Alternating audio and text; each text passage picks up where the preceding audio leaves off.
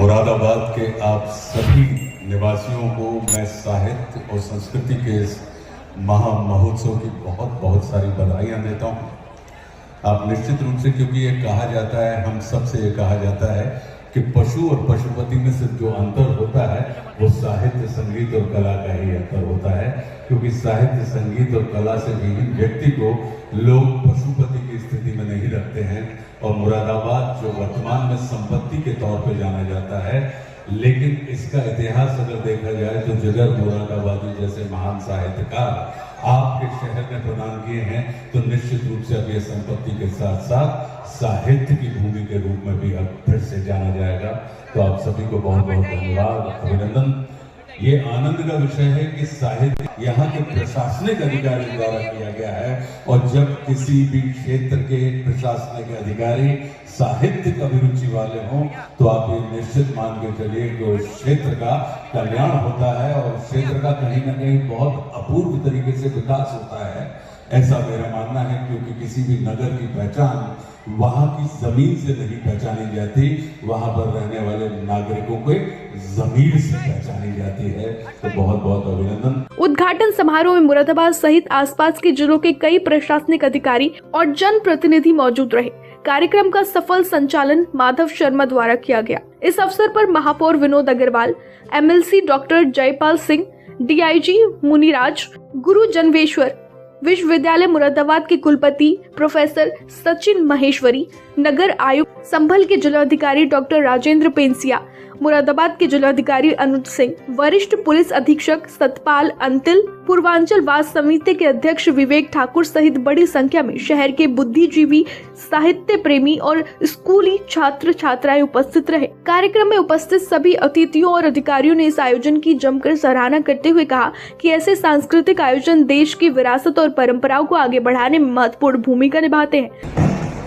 Moradabad literary festival Orissa के प्रथम संस्करण में हमारे बीच में उपस्थित हमारे बॉलीवुड के बहुत ही मशहूर और हर दिन अजीज हमारे सिने आर्टिस्ट, और मुझे लगता है कि पूरी इंडस्ट्री के सबसे अच्छे वक्ता आशुतोष राणा जी।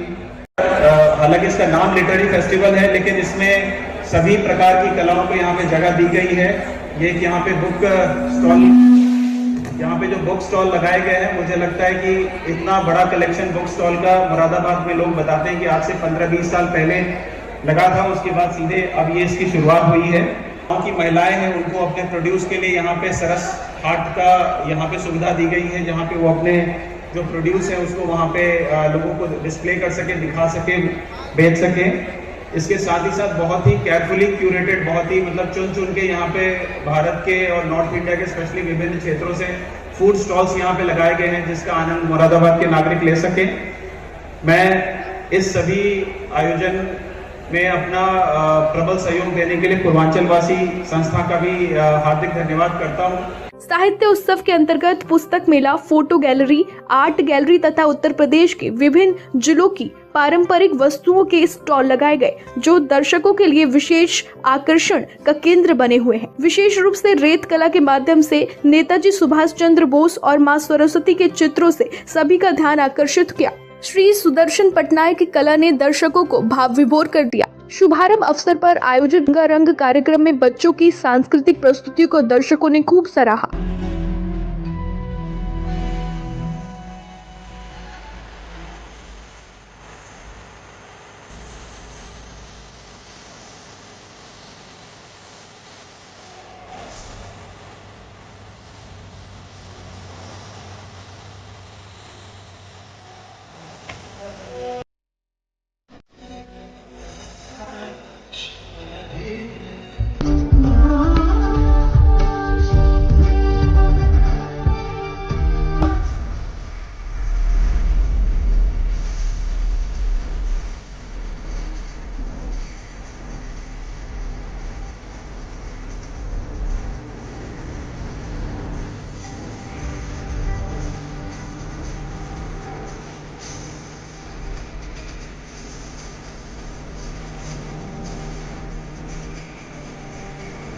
मंडल आयुक्त आंजनी कुमार सिंह ने बताया कि यह आयोजन भारतीय संस्कृति की जीवंत तस्वीर प्रस्तुत करता है। यहाँ पुस्तक मेला, कला दीर्घाएं और देश प्रदेश की महत्वपूर्ण सांस्कृतिक झांकियां देखने को मिलेंगी। उन्होंने मुरादाबाद की जनता से अपील की कि वे 22 से 26 जनवरी तक चलने वाले इस उत्सव में सहभागी बने और मुशायरा, कवि सम्मेलन तथा रंगारंग सांस्कृतिक कार्यक्रमों के माध्यम से देश की विधिक संस्कृति का दर्शन करें। इसमें पुस्तक मेला तो लगा ही है। बाहर से बहुत सारे प्रकाशक यहाँ पे आए हैं, बहुत उत्साह है प्रकाशकों में भी और जो हमारे यहाँ आने वाले लोग हैं उनमें भी। और यहाँ पे बेसिकली माँ सरस्वती का पूजन है, 23 तारीख को बसंतोत्सव का प्रारंभ है। उसको लेकर यहाँ पर पुस्तक मेला रखा गया है। लगभग कितने पब्लिशर आए हैं सर इस मेले में? यहाँ इस समय 40 से ज़्यादा पब्लिशर हैं और अभी और पब्लिशर्स आ रहे हैं। यहाँ पे शिल्प का प्रदर्शन है, यहाँ पे कला का प्रदर्शन है, यहाँ पे लोकल जितने आर्टिस्ट हैं, पेंटर्स हैं, उनकी कला का प्रदर्शन है, फोटोग्राफी है, लोक नृत्य है और इसके अलावा हम यहाँ पर सैंड आर्ट है। सैंड आर्ट के अलावा सरस मेला है, यहाँ पे फूड फेस्टिवल है, बच्चों के लिए गेम है और शाम को सांस्कृतिक कार्यक्रम है। टोटल जो कोशिश ये है कि लोगों को हम पुस्तकों से जोड़ें, जो युवा जनरेशन है उसको हम यहाँ ले आएँ, पुस्तकों की तरफ उनको जोड़ें मोड़ें और उनको अपनी संस्कृति से परिचित कराएं, पुस्तकों की तरफ लेके आएँ।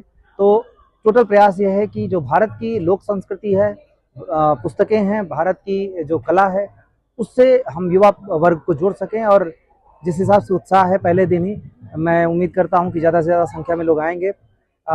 विशेषतः मेरा सभी से आग्रह है, खासतौर से परिवार के साथ हमें यहाँ पर चारों तरफ हमने सुरक्षा के अच्छे प्रबंध भी किए हुए हैं और किसी को किसी तरीके की मुश्किल न हो उस सब के लिए टीम मुस्तैद है। सर क्या इस इलाके की जो विशेषता है, चाहे ओडीओपी के प्रोडक्ट हो मुरादाबाद मंडल में जो भी बनते हैं या फिर यहाँ कवि रहे हैं, शायर रहे हैं, साहित्यकार रहे हैं, उस सब का प्रदर्शन, उन सब की पुस्तकें, उन सब के प्रोडक्ट जो है प्रदर्शित किए गए? ये तो है ही है कि यहाँ के सभी जो साहित्यकार हैं उनकी पुस्तकें हैं, उनके कोटेशंस लग रहे हैं, वैदिक विलेज है।